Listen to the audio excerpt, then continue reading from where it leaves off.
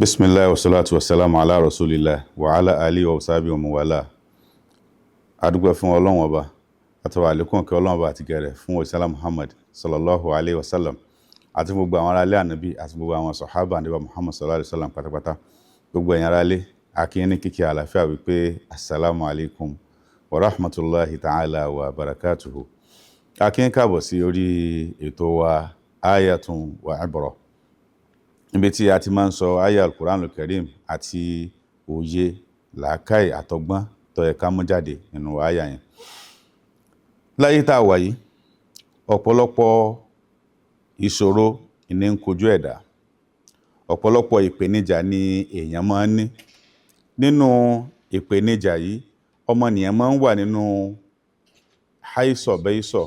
Kí là ń pè bẹ́ẹ̀ ni wípé èwo láàṣẹ ń bẹ̀, èèyàn ó máa sá sọ́tùn, yóò máa sá sósì, yóò máa sá kìjokìjo nígbà tí àwọn ìpèníjà yìí bá dé. Oríṣiríṣi ni ìpèníjà inú ayé: ìpèníjà àjẹ àmù, ìpèníjà àná àbálò, ìpèníjà àlàáfíà ara, ìpèníjà àwábùkátà sí nǹkan kan lọ́dọ̀ Allah, bóyá a ní ìdí ọmọ àbí àwábùkátà sí iṣẹ́, àwábùkátà sí àti àwọn nǹkan míì bẹ́ẹ̀ bẹ́ẹ̀ lọ nínú àwọn nǹkan tí ìpèníjà yìí lè máa jẹ́.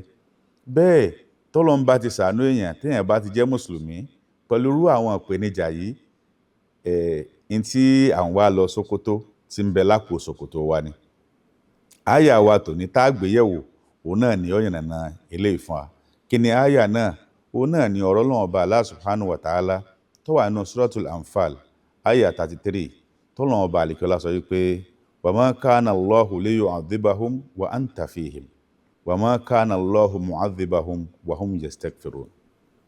Àyá yìí ń júwe wa sí oògùn àwọn ìpèníjà oríṣiríṣi tá a lè ní nínú ìgbésí ayé wa, wípé tá a bá ti di ìjúwe táyà ẹ̀ fún wa, tá a bá ti lè dìímú nínú ìgbésí ayé wa, ọ̀pọ̀lọpọ̀ àwọn ìpèníjà tá a ní la máa rí ọ̀nà àbáyọ nínú ẹ̀. Ọlọ́run Ọba àlekíọ́lá ní wa ma kana Allahu liyu'adhibahum wa anta fihim. Ọlọ́run Ọba àlekíọ́lá ń sọ fún sẹ́lá Muhammad sallallahu alaihi wasallam wípé lópin ìgbà tánàbí sallallahu alaihi wasallam bá sì ń bẹ láàrin àwa àlè ó mọ̀ yìí, ìyà ò ní sọ̀kalẹ̀ sáàrin wa. Wa ma kana Allahu mu'adhibahum wa hum yastaghfirun. Abala àkọ́kọ́ nù nígbà tánàbí ń bẹ láàrin wa. Láwọn àfáà, àyá yìí làwọn àfáà fi máa sọ wípé àmánù méjì, ìfọ̀kànbalẹ̀ méjì lọ́lọ́run fún wa nínú Islam. Ìkan nínú ẹ̀ ni wípé nígbà tánàbí bá ń bẹ láàrin wa, Ọlọ́run ní jẹ́ kí ìyà ó sọ̀kalẹ̀ sáàrin wa tọ́ra nàbí ń bẹ láàrin wa. Ìfọ̀kànbalẹ̀ lẹ́ẹ̀kejì, àmánù kejì tọ́lọ́run fún wa ni wípé wa ma kana Allahu liyu'adhibahum wa ma kana Allahu mu'adhibahum wa hum yastaghfirun. Lópin ìgbà tá a bá ti ń ṣe astaghfirullah, tá à ń tọrọ àforíjìn, tá à ń wá àforíjìn lọ́dọ̀ Ọlọ́run, ìyà Ọlọ́run ò ní sọ̀kalẹ̀ fún wa. Eléyìí sì ń jẹ́ ìtọ́sọ́nà fún wa wípé gbogbo àwọn ìpèníjà tá à ní láyé, gbogbo àwọn àdójúkọ tá à ní láyé, gbogbo àwọn nǹkan tá a fẹ́ tí ọ̀tẹ̀ á lọ, àdúgbò àwọn nǹkan tá a fẹ́ nù gbésí ayé wa tí sì ń ṣẹlẹ̀ sí a, ọ̀nà àbáyọ tá a ní ń bẹ̀ ní ká máa ṣe kíni o, ká máa ṣe astaghfirullah, astaghfirullah. Èyíkéyìí ọ̀nà tá a bá mọ̀ láti wí láti gbé gbólóhùn yìí, òun náà ni a lè fi wí. A lè wí ní astaghfirullah, astaghfirullah, astaghfirullah. A sì lè pè ní astaghfirullah al-azim wa atubu ilayh, astaghfirullah al-azim wa atubu ilayh. Èyíkéyìí ọ̀nà tá a bá rí, àbọ̀nà míì tá a bá mọ̀ láti wí astaghfirullah, tá a bá ti ń wí tí sì ń dọ́kàn wa, ànábì jẹ́ Ọlọ́run àyá yìí ń jẹ́ àmọ̀ wípé àyá tá ń kà yìí ó ń jẹ́ àmọ̀ wípé ọ̀nà àbáyọ ni sí àwọn onírúurú àwọn àṣòro tá a nínú ayé. Àfijọ́ rẹ̀ nínú al-Qur'an al-Karim, òun náà lọ̀rọ̀ Ọlọ́run tó wà nínú Suratu Nuh, níbi tọ́lọ́run ti ń sọ wípé lórí àwọn ànábì Nuh alayhi salatu wa salam, tọ́lọ́run Ọba àlekíọ́lá sọ wípé faqultu astaghfiru rabbakum innahu kana ghaffara. Mo wá sọ fún àwọn àlùmọ̀ mi, àwọn ìjọ mi, ànábì Nuh ní sọ̀rọ̀, mo wá sọ fún àwọn àlùmọ̀ mi wípé ẹ máa wá àforíjìn, ẹ máa tọrọ astaghfirullah lọ́pọ̀lọpọ̀ lọ́dọ̀ Ọlọ́run, torí pọ́lọ́run yọba aláforíjìn ni.